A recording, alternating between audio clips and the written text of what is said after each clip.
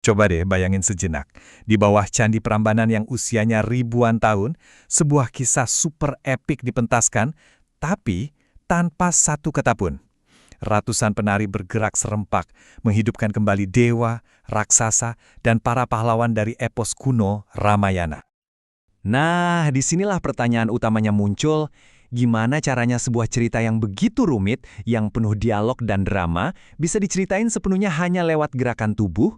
Oke, yuk kita coba bongkar misteri ini. Untuk ngerti keajaiban ini, pertama-tama kita harus kenalan dulu sama bentuk seninya. Ini bukan cuma tarian biasa loh. Ini adalah sebuah bentuk seni khas dari Jawa yang namanya sendra tari. Intinya gini, sendra tari itu sebuah bahasa tersendiri. Setiap gerakan, dari ujung jari sampai ekspresi muka, itu punya arti. Semuanya buat nyampein emosi, niat, dan alur cerita.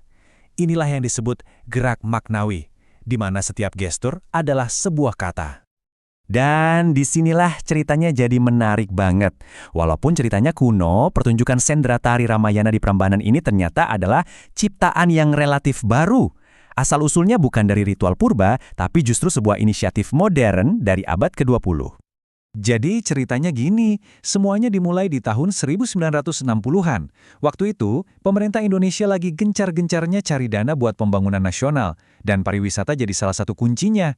Mereka butuh sebuah atraksi besar, sesuatu yang bisa bikin dunia melirik.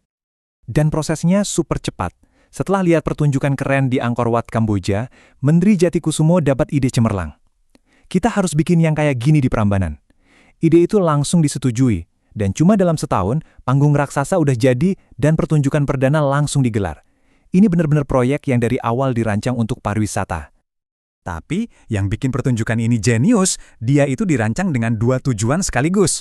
Nah, disinilah kita nemuin inti dari pertunjukan ini, yaitu dua jiwa yang hidup barengan dalam satu panggung. Ada dua konsep kunci dalam budaya Jawa, tontonan dan tuntunan. Tontonan itu, ya, apa yang kelihatan di mata. Sebuah pertunjukan yang menghibur, spektakuler, pokoknya keren.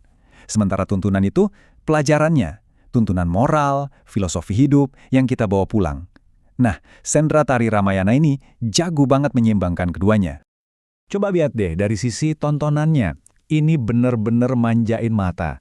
Kostumnya mewah, lampunya dramatis, panggungnya megah dengan latar belakang Prambanan. Semuanya dirancang untuk bikin siapapun terpukau. Nggak peduli mereka datang dari mana. Hiburan kelas dunia deh. Tapi, kalau kita lihat lebih dalam lagi, di balik semua kemewahan visual itu, ada lapisan yang lebih dalam. Pertunjukan ini bukan cuma buat ditonton, tapi juga buat dipelajari. Yuk, sekarang kita bedah sisi tuntunannya. Salah satu ajaran paling penting yang ada di dalam kisah Ramayana ini adalah sebuah filosofi kepemimpinan kuno.